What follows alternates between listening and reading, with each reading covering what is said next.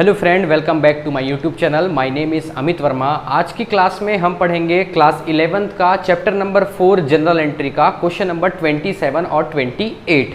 तो देखिए 27 जो आपका क्वेश्चन है उसमें आपको जीएसटी के बारे में दिया है, तो इसको हम थोड़ा सा समझ लेते हैं कि जीएसटी क्या होता है, कितने प्रकार के टैक्स होते हैं, ताकि आगे जाकर आपको दिक्कत ना हो। तो जो टैक्स होता है, टैक्स दो प्रकार का होता है। पहला होता है एक आपका डायरेक्ट टैक्स और दूसरा होता है इनडायरेक्ट टैक्स। डायरेक्ट टैक्स का मतलब ये होता है कि हम ऐसे टैक्स पे करते हैं, सीधा हम गवर्नमेंट को टैक्स पे करते हैं, वो कहलाता है डायरेक्ट टैक्स। जैसे कि इनकम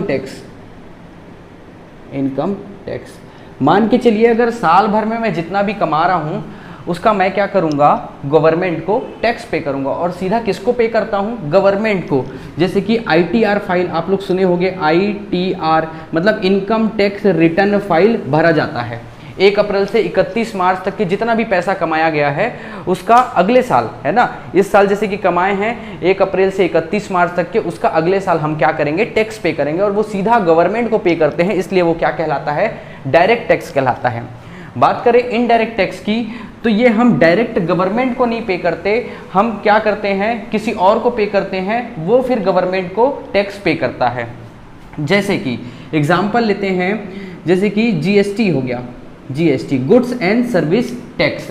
बात करें, अगर आप कोई प्रोडक्ट खरीद रहे हो और वो प्रोडक्ट का रेट है 20 रुपये और लिखा हुआ है इंक्लूडिंग ऑल टैक्सेस, तो आप क्या कर रहे हो, 20 रुपये का मान के चलो आप बिस्किट खरीद रहे हो। वो बिस्किट आप कहाँ से खरीदे हो, रिटेल शॉप से। तो वो रिटेलर को आप 20 रुपये दे दिए, मतलब उसको आप टैक्स दे दिए। और वो टैक्स कहाँ जाएगा, होलसेलर के पास। वो टैक्स कहाँ जाएगा, मैन्युफैक्चरर के पास जाएगा। और वो मैन्युफैक्चरर कहाँ देगा, उसको गवर्नमेंट को देगा। मतलब कि इनडायरेक्ट हो रहा है, हम डायरेक्ट गवर्नमेंट को पे नहीं कर रहे हैं टैक्स, इस वजह से वो कहलाता है इनडायरेक्ट टैक्स। ठीक है, तो इसको क्या बोलते हैं, जीएसटी हमारा इनडायरेक्ट टैक्स है। अब बात करें, देखिए बिजनेस में हम जब कोई सामान परचेस करेंगे रीसेल करने के लिए, तो हम उसको टैक्स पे करेंगे जहां से हम होलसेलर से लाए हैं। और हम जब सेल करेंगे तो कस्टमर से हम जीएसटी ले लेंगे। ठीक, तो 2 प्रकार का जीएसटी, 3 प्रकार का जीएसटी होता है। पहला होता है सीजीएसटी, दूसरा होता है एसजीएसटी और तीसरा होता है आईजीएसटी। तो इसका फुल फॉर्म होता है central goods and service tax, इसका होता है state goods and service tax, और इसका होता है आईजीएसटी का integrated goods and service tax. तो देखिए सीजीएसटी और एसजीएसटी क्या होता है। मान के चलिए मैं रहता हूं अभी रायपुर में, और रायपुर में रहता हूं और मैं किसी रायपुर के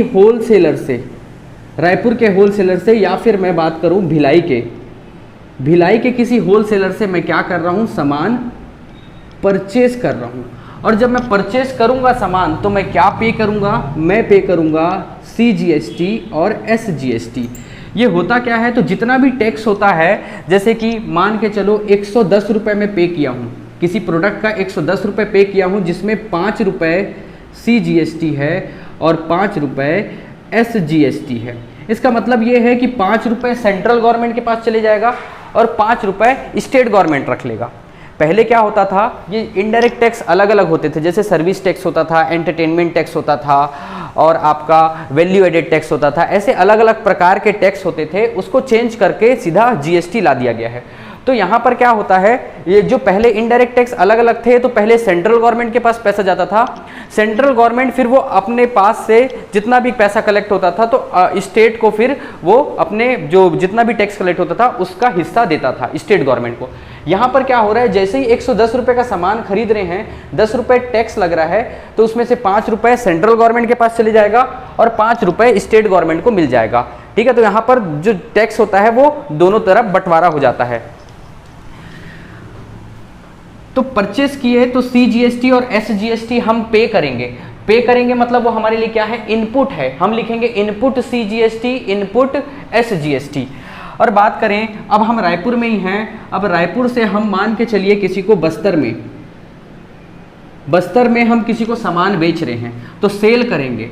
जब सेल करेंगे तो हम फिर ये बस्तर में जिसको हम सेल कर रहे हैं उससे हम क्या लगाएंगे, CGST और SGST। मतलब आप समझ रहे हैं, हम इसको पे किए लेकिन हम किससे ले लिए, इससे ले लिए। ये क्या हो रहा है, स्टेट के अंदर ही हम परचेज कर रहे हैं और सेल कर रहे हैं, इसलिए हमारे पास क्या हमको क्या देना पड़ रहा है, CGST और SGST। जब एक स्टेट दूसरे स्टेट से सेल करता है तो वहाँ पर लगता है IGST। मान के चलिए मैं छत्तीसगढ़ से मैं अगर MP में कोई सामान अगर सेल कर रहा हूँ, यहाँ पर सेल कर रहा हूँ, तो यहाँ पर लगेगा IGST मतलब integrated goods and service tax. मतलब दो स्टेट के बीच में अगर आपस में ट्रेड होता है, ट्रेड मतलब कि परचेज सेल होता है, तो उसमें IGST लगता है। लेकिन स्टेट के अंदर ही परचेज और सेल होता है तो उसमें CGST SGST लगता है। और जब हम परचेस करते हैं कोई सामान तो हम टैक्स पे करते हैं, इसलिए हम उसको लिखते हैं इनपुट CGST SGST। और जब हम कोई सामान को सेल करते हैं तो हम लिखते हैं आउटपुट CGST आउटपुट SGST। ठीक, तो चलिए करते हैं क्वेश्चन नंबर 27। चलिए तो question number 27, pass entries in the book of Aastha assuming all transaction have been entered in the state of CG। मतलब ये है कि जितनी भी ट्रांजैक्शन हो रही है वो सारी की सारी CG स्टेट में ही हो रहा है। मतलब कि यहाँ पर CGST और SGST लगेगा, IGST आएगा ही नहीं। IGST कब आता है, जब एक स्टेट से दूसरे स्टेट हम क्या करते हैं, ट्रेड करते हैं। ट्रेड का मतलब या हम परचेस या फिर सेल करेंगे, उसको ट्रेड बोलते हैं। लेकिन यहाँ पर क्या हो रहा है, हम स्टेट के अंदर ही हम क्या कर रहे हैं, ट्रेड कर रहे हैं, मतलब परचेस कर रहे हैं और सेल कर रहे हैं। तो जब हम परचेस करेंगे तब हम क्या करेंगे, टैक्स पे करेंगे और उसको हम बोलेंगे इनपुट CGST और SGST लिखेंगे। और जब हम सेल करेंगे तो हमारे पास CGST और SGST आएगा तो उसको हम लिखेंगे आउटपुट। ठीक, तो देखिए पहला दिया हुआ और उसके आगे दिया हुआ है assume CGST at the rate 6% and SGST 6%। CGST का रेट है 6% और SGST का है 6%। तो 1 April purchase goods for ₹2 lakh and payment by cheque. Cheque में पेमेंट किया गया है, हम परचेज किए हैं। तो जब हम परचेज करेंगे तो हम उसको टैक्स पे करेंगे और टैक्स पे करते हैं तो वो हमारे लिए डेबिट है। तो हम लिखेंगे purchase account debit, input CGST account debit, input SGST account debit to bank. Cheque से पे किए हैं इसलिए टू बैंक। नरेशन होगा बीइंग गुड्स परचेज। अब बात करें अमाउंट की, तो अमाउंट कितना आएगा, कितने का सामान है, 2 लाख रुपीस का सामान है और 6% उसमें CGST लगेगा। तो 2 लाख रुपए का 6% निकालेंगे, ये 2 0 कैंसिल और ये आ जाएगा 12,000। तो 12,000 हो जाएगा CGST और 12,000 हो जाएगा SGST और सभी को मिला के हम टू बैंक लिख देंगे 2,24,000 रुपये। ठीक, हम सामान कितने का खरीदे, 2 लाख रुपए उसकी कीमत है, लेकिन उस पर टैक्स कितना है, 24,000 रुपये। तो बैंक से जब हम पे करेंगे तो 2 लाख करेंगे कि 24,000, 2 लाख करेंगे कि 2,24,000 करेंगे, तो 2,24,000 रुपये टैक्स के साथ हम पे करेंगे। उसके बाद 5 तारीख को आ जाइए, 5 अप्रैल को है sold goods for 1,60,000 to Devika for credit. Devika account debit to sale account to output CGST to output SGST। अब हम सेल कर रहे हैं तो सेल करेंगे तो क्या होगा, हम आउटपुट CGST और SGST को क्रेडिट करेंगे क्योंकि हमारे पास टैक्स आएगा। तो यहाँ पर आप देखना देविका से हम कितना रुपए लेंगे, तो यार 1,60,000 रुपये का सेल किए हैं, 1,60,000 का, इसका 6% निकालेंगे तो ये आएगा 9,600। तो CGST हो जाएगा 9,600, SGST हो जाएगा 9,600 और सेल कितने का किए हैं, 1,60,000 रुपीज़ का। और सभी को प्लस करके हम देविका के अकाउंट में लिख देंगे। मतलब कि ये हो जाएगा 9 9 18 18 और 19,200, ये हो जाएगा 1,60,000 प्लस ये हो जाएगा 9 9 18,000 18,000 और 1200 हो जाएगा 19,200, तो ये हो जाएगा 1,79,200। तो देविका से हमको कितना लेना है, तो 1,79,200 रुपीज़ लेना है, जिसमें सामान की कीमत है 1,60,000 रुपये और CGST SGST दोनों कितना है 9,600 रुपये है। उसके बाद 10 तारीख को आ जाइए, 10 अप्रैल। 10 अप्रैल को है purchase goods for ₹50,000 as credit, 50,000 रुपये का सामान क्रेडिट में परचेज किया गया है। तो यहाँ पर आएगा परचेज अकाउंट डेबिट, परचेज कर रहे हैं तो हमको टैक्स पे करना पड़ेगा, इस वजह से वो डेबिट होगा। तो हम लिखेंगे input CGST account debit, input SGST account debit to, यहाँ पर नाम नहीं दिया है कि हम किससे परचेस किए हैं, इस वजह से हम यहाँ पर लिख देंगे टू क्रेडिटर, जिसको हमको पैसा देना रहता है वो हमारे लिए क्या है, क्रेडिटर। कितने का सामान परचेस किए हैं, तो 50,000 रुपये का सामान परचेस किए हैं और 50,000 रुपये का टैक्स कितना बनेगा, तो 50,000 का 6% हम निकालेंगे तो ये आ जाएगा 3,000 रुपीज़।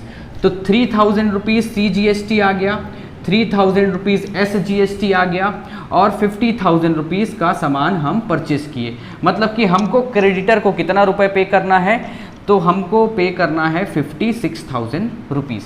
क्लियर है ये चीज़।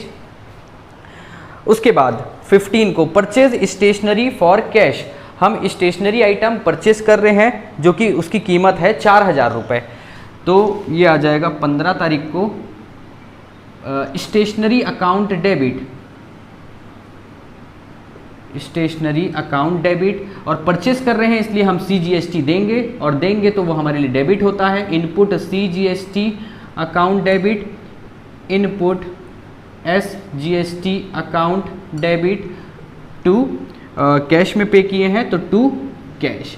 अब कैश कितना जाएगा, तो 4,000 रुपये का 6% ये होगा 6 4 ज़ा 24, मतलब कि 240 रुपये। तो 240 रुपये इनपुट CGST और 240 रुपये SGST, और उस स्टेशनरी आइटम की कीमत थी 4,000 रुपये। मतलब टोटल हम कितना रुपए पे करेंगे, तो ये हो जाएगा 4,480 रुपये हम पे करेंगे। नरेशन होगा बीइंग स्टेशनरी आइटम परचेज्ड, ठीक है, बीइंग स्टेशनरी आइटम परचेज। उसके बाद है 20 तारीख को रिसीव हो रहा है इंटरेस्ट 5,000 रुपये का। हम इंटरेस्ट रिसीव करेंगे, टैक्स के साथ रिसीव करेंगे, और टैक्स रिसीव होगा तो हमारे लिए वो क्रेडिट होगा। तो हमारे पास रिसीव हो रहा है इंटरेस्ट, तो ये कितने तारीख का है, ये 20 तारीख का है, 20 अप्रैल। हमारे पास कैश आएगा, cash account debit to interest received account to output CGST account to output SGST account. यहाँ पर इंटरेस्ट है 5,000 रुपये का, और 5,000 रुपये में हम 6% निकालेंगे तो ये आएगा 300 रुपये। 300 रुपये CGST लगेगा और 300 रुपये SGST लगेगा। कैश हमारे पास आएगा 5,600 रुपये। यहाँ पर कैश आएगा 5,600 रुपये। नरेशन लिखेंगे बीइंग इंटरेस्ट रिसीव। उसके बाद लास्ट जनरल एंट्री है 30 तारीख को, paid for advertisement ₹30,000 by cheque. मतलब 30,000 रुपये हम एडवर्टाइजमेंट का पे किए हैं, जिसमें कि वो चेक में पे किए हैं, तो ये आएगा 30 अप्रैल।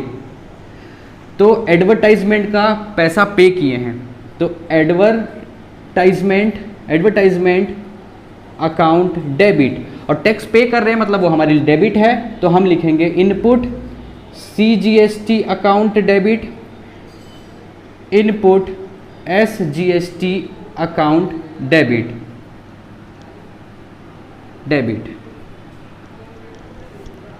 ये डेबिट टू, एक सेकेंड पेन नहीं चला रहा है,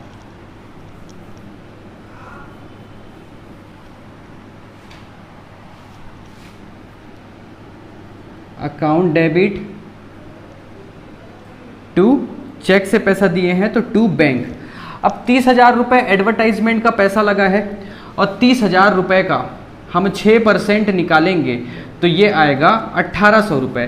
तो 1,800 रुपये CGST और 1,800 रुपये SGST, और ये 1,800 हो जाएगा 3,600। तो टोटल पेमेंट हम करेंगे 33,600 रुपये का। और नरेशन बनेगा बीइंग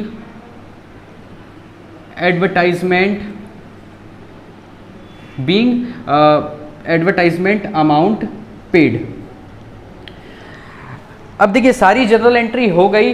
अब हम क्या किए हैं, कुछ टैक्स हम पे किए हैं और कुछ टैक्स हम रिसीव किए हैं। तो ये सारी चीज़ों को हम देखते हैं कि कितना हम इनपुट हम कलेक्ट किए हैं, इनपुट CGST SGST, और हम देखते हैं कि इनपुट हम CGST SGST कितना दिए हैं जब हम परचेस किए हैं, और हम जब सेल किए हैं तो हमारे पास से आउटपुट CGST SGST कितना रिसीव हुआ है। उसके बाद एक यहाँ पर एक जनरल एंट्री लास्ट में बनेगा। तो आप एक लाइन छोड़ना यहाँ पर जनरल एंट्री के लिए, उसके बाद आप वर्किंग नोट करना। ठीक है, मैं यहाँ पर वर्किंग नोट कर रहा हूँ, उसके बाद मिटा के यहाँ पर एक जनरल एंट्री करूँगा जो कि लास्ट जनरल एंट्री होगा।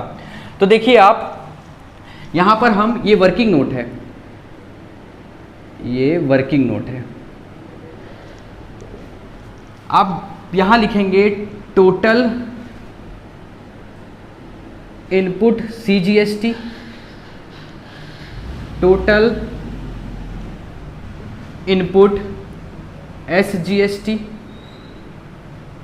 Total output CGST, total output SGST। मतलब ये दोनों जो हम टैक्स पे किए हैं, जब परचेस किए हैं तो इनपुट वाले पे किए हैं, और जब हम सेल किए हैं या हमको कहीं से पैसा रिसीव हो रहा है तो उसमें हम GST लिए हैं। तो अब देखेंगे कितना कितना हम पे किए हैं और रिसीव किए हैं। तो ये 12,000 रुपये ये हम पे किए हैं, ये 12,000 रुपये CGST और 12,000 रुपये SGST। उसके बाद आउटपुट CGST, मतलब कि हम सामान बेचे तो कितना GST रिसीव किए, 9,600 और 9,600।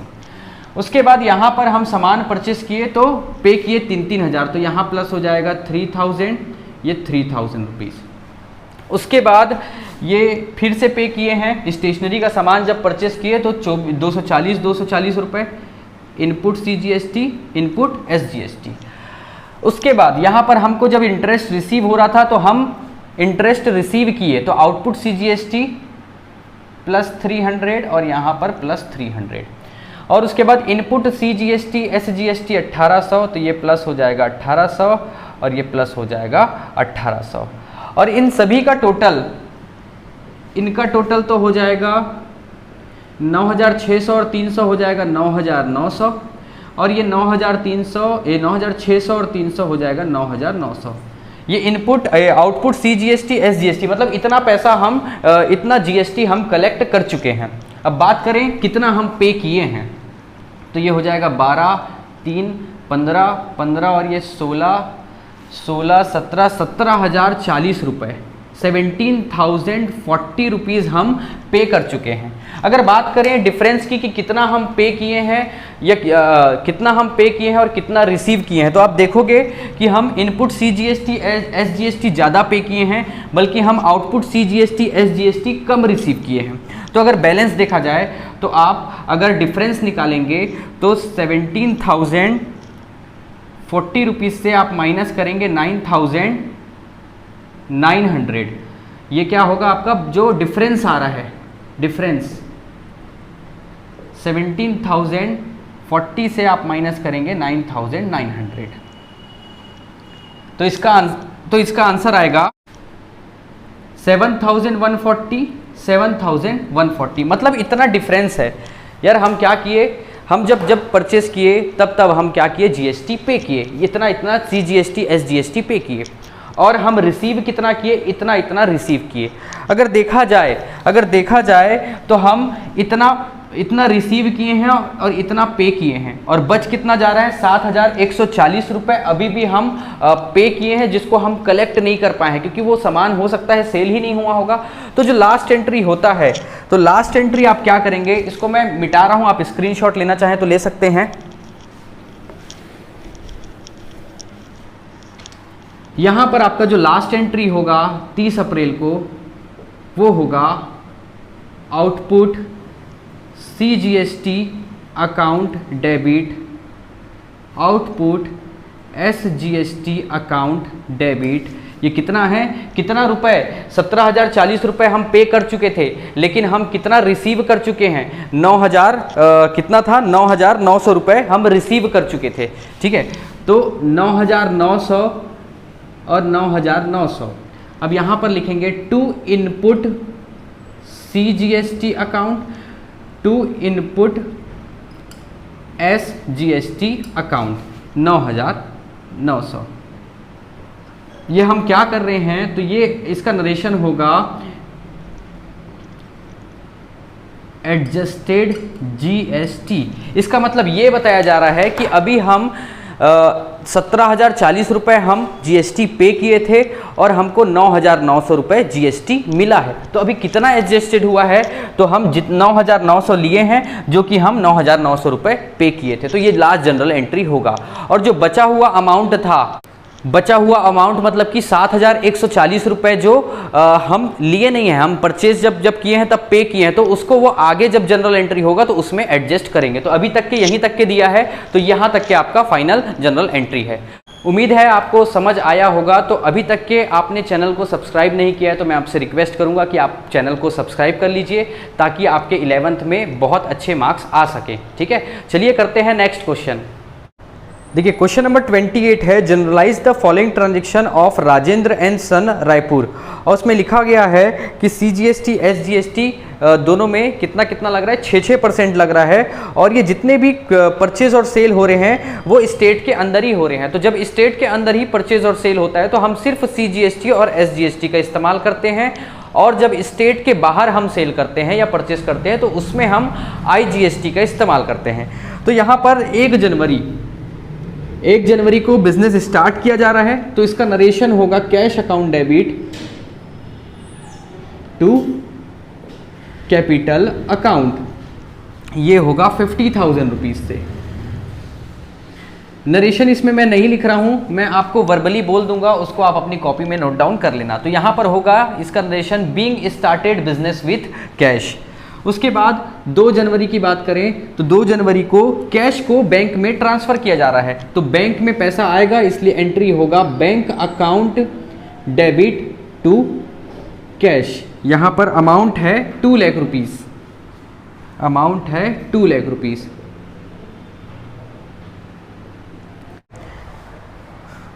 उसके बाद देखिए कैश रिसीव फ्रॉम राम।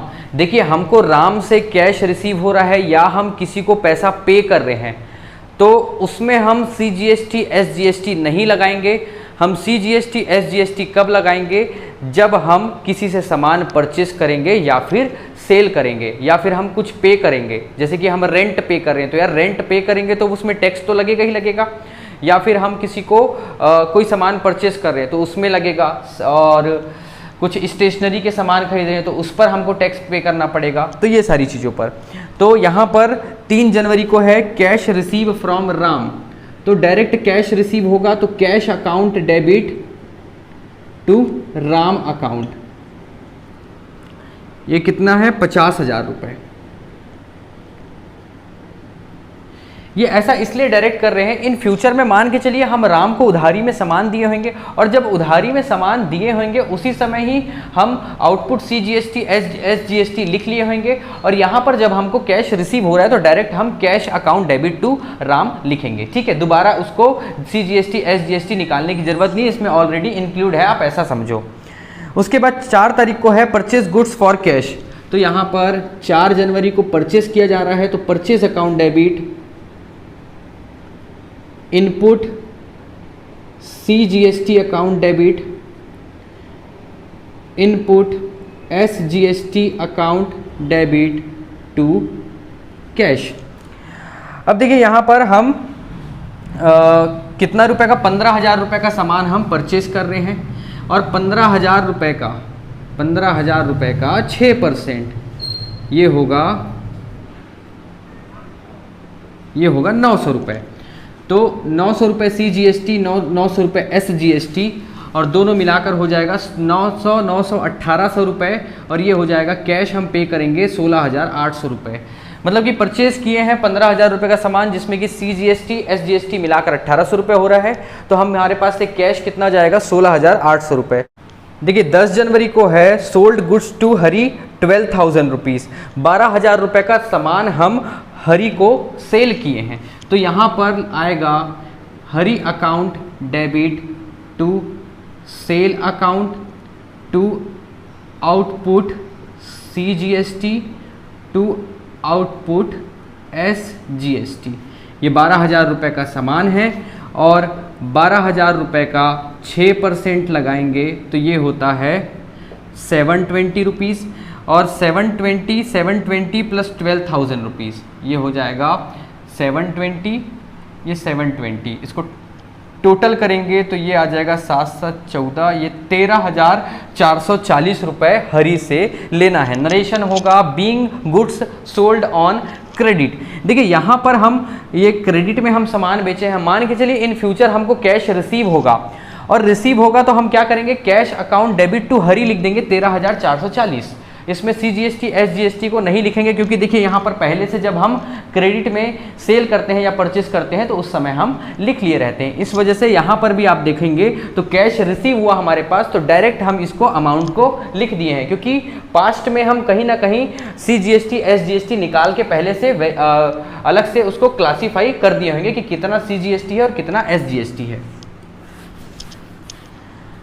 उसके बाद 13 तारीख को राम अवतार को पे किया गया है, 13 जनवरी को, और राम अवतार को पे किया गया है तो कहीं ना कहीं हम उससे इन पास्ट में सामान खरीदे होंगे और उसी समय हम CGST SGST हम डेबिट कर लिए होंगे। तो यहाँ पर हम सीधा क्या करेंगे, Ram Avatar account debit to cash account.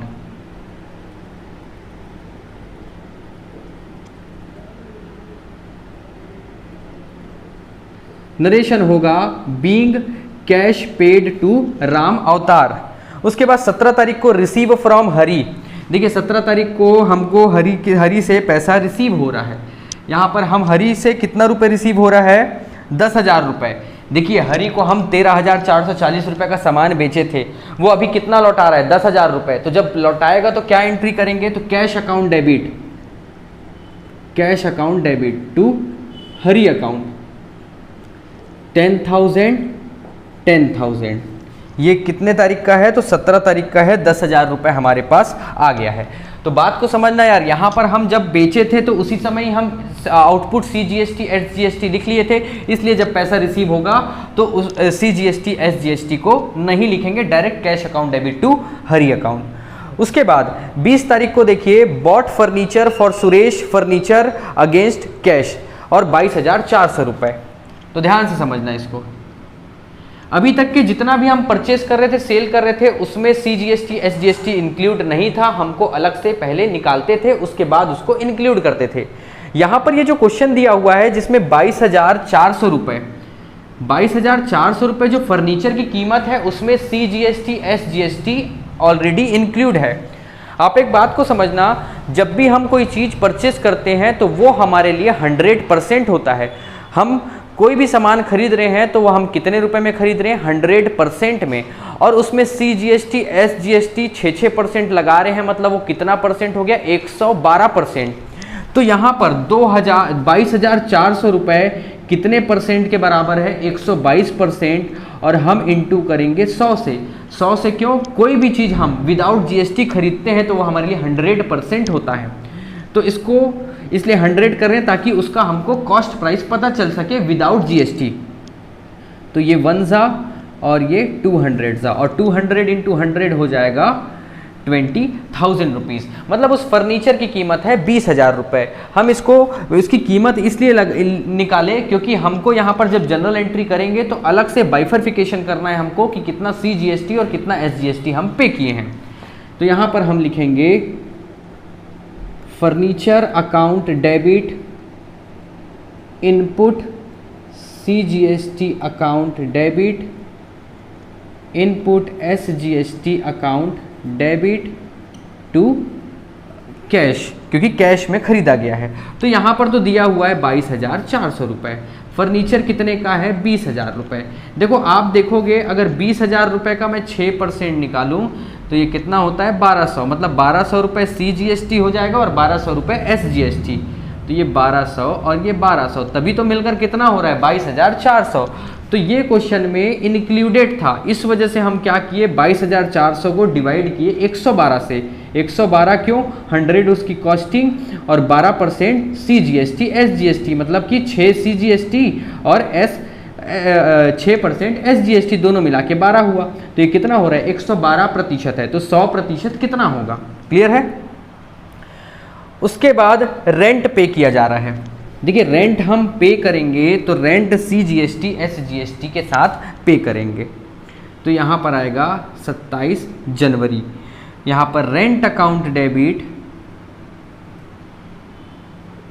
Input CGST account debit input SGST account debit to cash, cash में पे किया गया है। और रेंट पे किया गया है 28,000 रुपीज़ और 28,000 रुपीज़ का 6% होगा, ये 2 0 कैंसल, 6 × 0 0, 6 × 8 होगा 48 का 8, 4 कैरी, 6 2 12 और 12 और 4 16, 1680 रुपये। तो ये 1680, ये 1680। अब हम 28,000 को प्लस करेंगे 1680 1680 से, तो ये 0 आ गया, 8 8 16, 6 6 12 13 का 3, 1 कैरी, 8 9 10 11, ये आ जाएगा 31,360 रुपीज़। 31,360 रुपीज़ इसका नरेशन होगा बीइंग रेंट पेड। उसके बाद लास्ट जो जनरल एंट्री है वो सैलरी पे किया गया है, तो हम डायरेक्ट इसको लिख देंगे salary account debit to cash. ये CGST SGST नहीं होगा, ये हमारा एक्सपेंस है, ठीक है। तो 30 तारीख को, 30 जनवरी को लिखेंगे salary account debit to cash. और कितना है इसका अमाउंट? तो इसका अमाउंट है 50,000 रुपीज़, ठीक है। तो आई होप आपको आज का वीडियो में हम 2 क्वेश्चन किए हैं वो पूरा बहुत अच्छे से आपको समझ आ गया होगा। और जिन्होंने भी मेरा चैनल सब्सक्राइब नहीं किया है तो उनसे मैं रिक्वेस्ट करूंगा कि आप प्लीज़ चैनल को सब्सक्राइब कीजिए, ताकि मेरे को ज़्यादा से ज़्यादा मोटिवेशन मिले और मैं ज़्यादा से ज़्यादा वीडियो आप तक के लेकर आऊँ, ठीक है। तब तक के बने रहिए अमित वर्मा चैनल में। Thank you.